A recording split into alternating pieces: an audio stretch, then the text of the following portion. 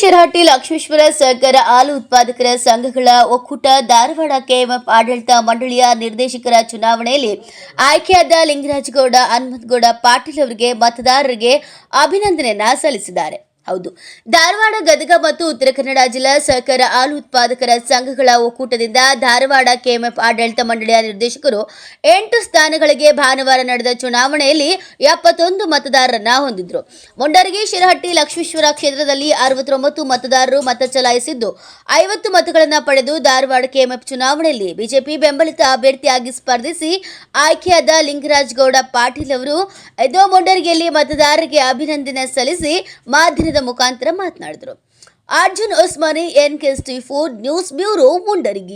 ನಿನ್ನೆ ನಡೆದಿರತಕ್ಕಂತ ಈ ಒಂದು ನಿರ್ದೇಶಕರ ಚುನಾವಣೆಯಲ್ಲಿ ನಾನು ಬ್ಯಾಲವಡಗಿ ಸಹಕಾರಿ ಹಾಲು ಉತ್ಪಾದಕರ ಸಂಘ ಬ್ಯಾಲವಡಗಿ ತಾಲೂಕು ಮುಂಡರಗಿ ಈ ಒಂದು ಸಂಘದಿಂದ ನನ್ನನ್ನು ಈ ಒಂದು ಚುನಾವಣೆಯಲ್ಲಿ ಸ್ಪರ್ಧಿಸಲು ಅವಕಾಶ ಮಾಡಿಕೊಟ್ಟಿದ್ರು.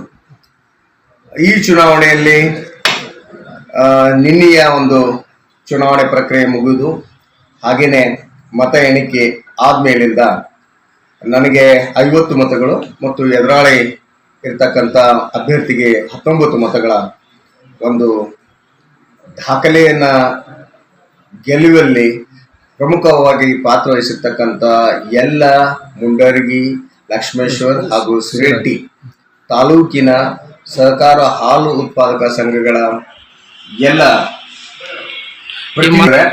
ಒಟ್ಟಾರೆಯಾಗಿ 69 ಹಾಲು ಉತ್ಪಾದಕ ಸಂಘಗಳು ಈ ಒಂದು 3 ತಾಲೂಕುಗಳಲ್ಲಿ ಇದಾವೆ.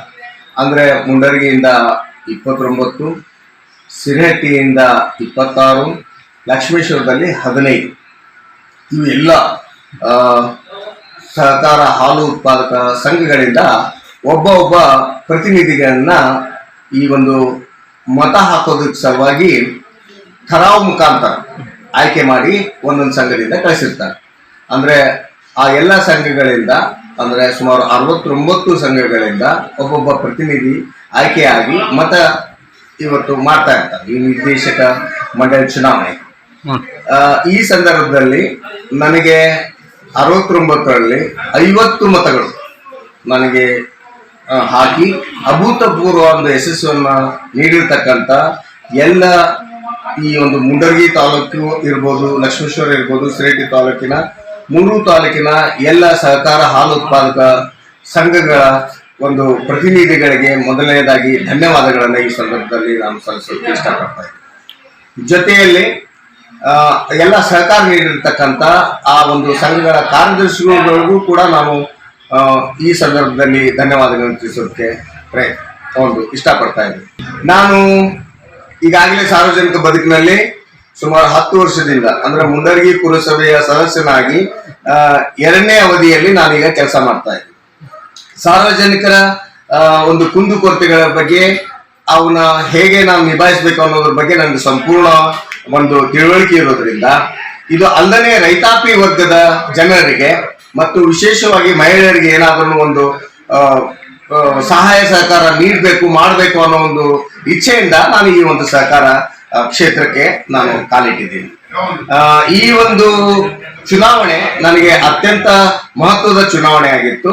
ಹಾಗೇನೆ ಎಲ್ಲರ ಒಂದು ಹಿರಿಯರ ತಾಲೂಕಿನಾದ್ಯಂತ ಇರ್ತಕ್ಕಂಥ 3 ತಾಲೂಕಿನಲ್ಲಿ ಇರ್ತಕ್ಕಂಥ ಎಲ್ಲ ಹಿರಿಯರ ಹಾಗೇನೆ ಹಿರಿಯರ ಆಶೀರ್ವಾದ, ಕಿರಿಯರ ಸಹಕಾರದಿಂದ ಹಾಗೇನೆ ಜೊತೆಯಲ್ಲಿ ಎಲ್ಲ ಸಂಘ ಸಂಸ್ಥೆಗಳಲ್ಲಿ ಇರ್ತಕ್ಕಂಥ ಏನು ಮತದಾರ ಏನಿದ್ರು ಅವರು ನನಗೆ ಮತ ಹಾಕಿ ಆರಿಸಿ ಬಂದಿದ್ದಾರೆ. ಅವರೆಲ್ಲ ಒಂದು ಗುರುತರವಾದ ಜವಾಬ್ದಾರಿ ನನ್ನ ಮೇಲೆ ಇರೋದ್ರಿಂದ ನಾನು ಮುಂದಿನ ದಿನಮಾನಗಳಲ್ಲಿ ಪ್ರಾಮಾಣಿಕವಾಗಿ ಕಾರ್ಯನಿರ್ವಹಿಸಬೇಕಂತ ನಾನು ಅನ್ಕೊಂಡಿದ್ದೀನಿ. ನಾನು ಆವಾಗಲೇ ಹೇಳಿದೆ, ಮೊದಲನೇದಾಗಿ ಈ ಒಂದು ಸಹಕಾರ ಹಾಲು ಉತ್ಪಾದಕ ಸಂಘಗಳಲ್ಲಿ ಸಾಕಷ್ಟು ನಾನು ಏನು ಮತ ಯಾಚನೆ ಮಾಡಿ ನನಗೆ ಅಂತಂದ್ರೆ ಕೇಳ್ಕೊಳ್ಳುವಂತ ಸಂದರ್ಭದಲ್ಲಿ ಸುಮಾರು 4-5 ತಿಂಗಳ ಮೊದಲಿಂದ ನಾನು ಈ ಎಲ್ಲ ಒಂದು ಕಾರ್ಯದಲ್ಲಿ ಭಾಗಿಯಾಗಿದ್ದೆ.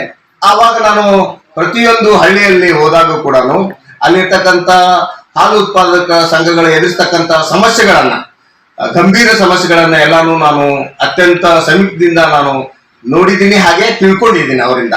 ಅವಕ್ಕೆಲ್ಲ ಒಂದು ಪ್ರಾಮಾಣಿಕವಾಗಿ ಒಂದು ನ್ಯಾಯ ಒದಗಿಸುವ ನಿಟ್ಟಿನಲ್ಲಿ ನಾನು ಕೆಲಸ ಕಾರ್ಯಗಳನ್ನು ಮಾಡಬೇಕು ಅನ್ನೋ ನಿಟ್ಟಿನಲ್ಲಿ ನಾನು ಈ ಚುನಾವಣೆಯಲ್ಲಿ ಧುಮುಕಿದ್ದೀನಿ, ಹಾಗೇನೆ ಜಯನು ಸಂಪಾದಿಸಿದ್ದೀನಿ.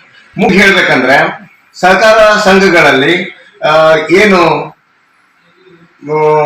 ಈಗ ನಾವು ರೈತಾಪಿ ಜನರೇ ಜಾಸ್ತಿ ಯಾರು ಹಾಲು ಹಾಕ್ತಾ ಇರ್ತಾರೆ ಅವರು ಅಲ್ಲಿಯ ಒಂದು ಸದಸ್ಯರಾಗಿರ್ತಾರೆ. ಅವರು ರೈತಾಪಿ ಮಕ್ಕಳು ಏನಿರ್ತಾರೆ ಅವರು ಒಂದು ವಿದ್ಯಾಭ್ಯಾಸಕ್ಕಾಗಿ ಇರಬಹುದು, ಹಾಗೇನೆ ವಿಶೇಷ ಕಾಳಜಿ ವಹಿಸ್ಬೇಕು ಅನ್ಕೊಂಡಿದ್ದೀನಿ. ಅದು ನಮ್ಮಲ್ಲಿ ಒಂದು ಕಲ್ಯಾಣ ನಿಧಿ ಅಂತ ಇರುತ್ತೆ, ಆ ಒಂದು ನಿಧಿ ಮುಖಾಂತರ ಅವ್ರಿಗೆ ಏನಾದ್ರು ಸಹಾಯ ಸಹಕಾರ ಮಾಡ್ಬೇಕು ಅನ್ನೋದಿದೆ.